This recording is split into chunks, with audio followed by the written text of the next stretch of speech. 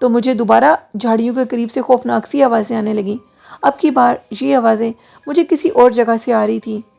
میں نے جیسی پلٹ کے جھاڑیوں میں دیکھا تو ایک خوفناک عورت ایک بکری کے بچے کو کھا رہی تھی، اس کو نوچ رہی تھی اور اس کے پیٹ کے اندر سے اس کے گردے اور دل وغیرہ نکال کر کھا رہی تھی، جس کو دیکھ کر میں بے ہوش ہو گیا اور نیچے گر گیا۔ مجھے کچھ ہوش نہیں تھی۔ کچھ دیر بعد جب میری آنکھ کھلی تو میں اپنے گھر میں تھا۔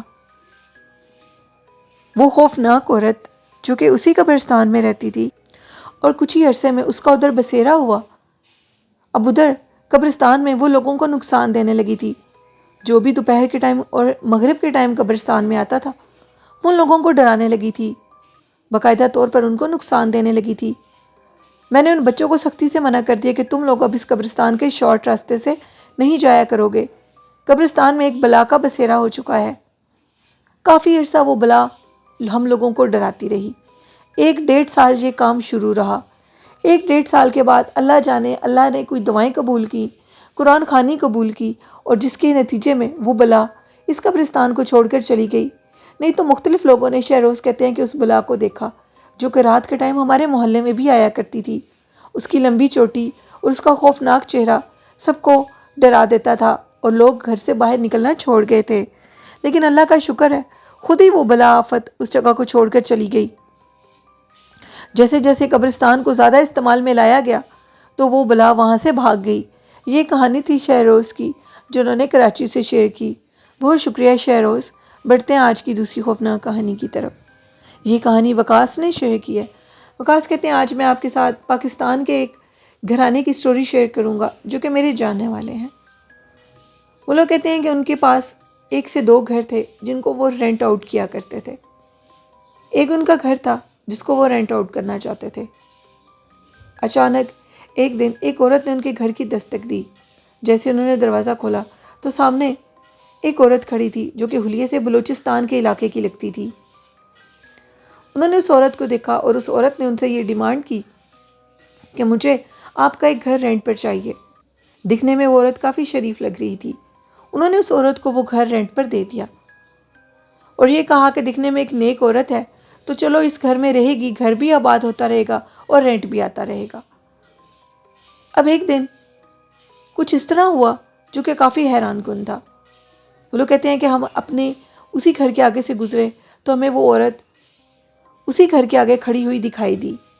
ہم لوگ جیسے گھر کے آگے سے گزرے، گھر کو کراس کیا تو ہمیں محسوس ہوا کہ جیسے ہماری گاڑی کے نیچے کوئی انسان یا کوئی جانور آ گیا ہو۔ ہم لوگوں نے اچانک سے گاڑی کو بریک لگائی اور گاڑی سے اتر کے دیکھا تو کچھ بھی نہیں تھا۔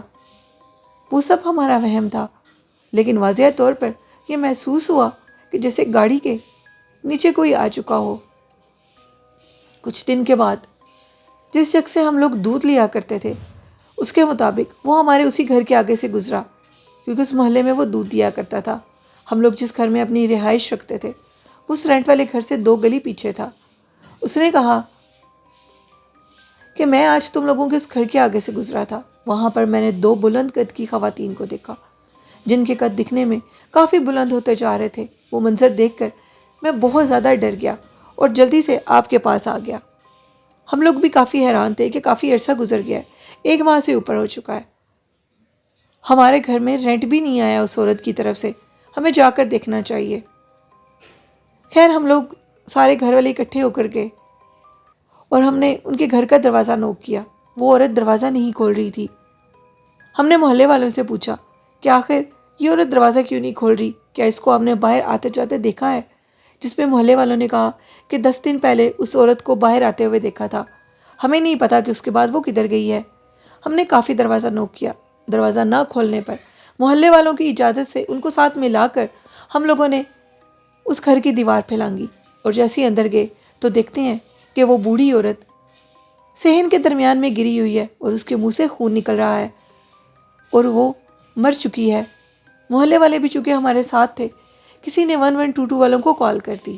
اب اس کے بعد ہم نے کمروں کا جائزہ لیا تو ایک کمرے کو جیسے ہی کھولا تو اس کمرے کے اندر ناخوشگوار ماحول تھا، انتہائی بدبو تھی، ڈھیر ساری انسانی کھوپڑیے اور عجیب و غریب جانور پڑے ہوئے تھے جن کے اوپر وہ عورت کالا جادو کرتی تھی۔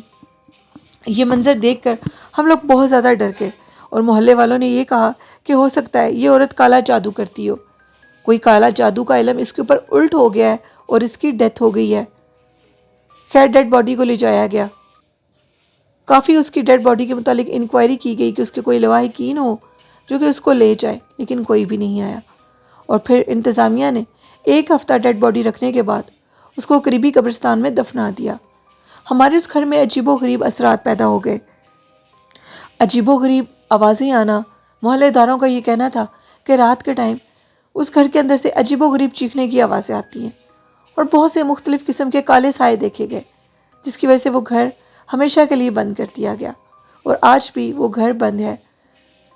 جن کا وہ گھر تھا وہ آپ سب سننے والوں کو یہ میسج دینا چاہتے ہیں کہ اپنے گھروں کو بالکل سوچے سمجھے بغیر رینٹ آؤٹ مت کریں۔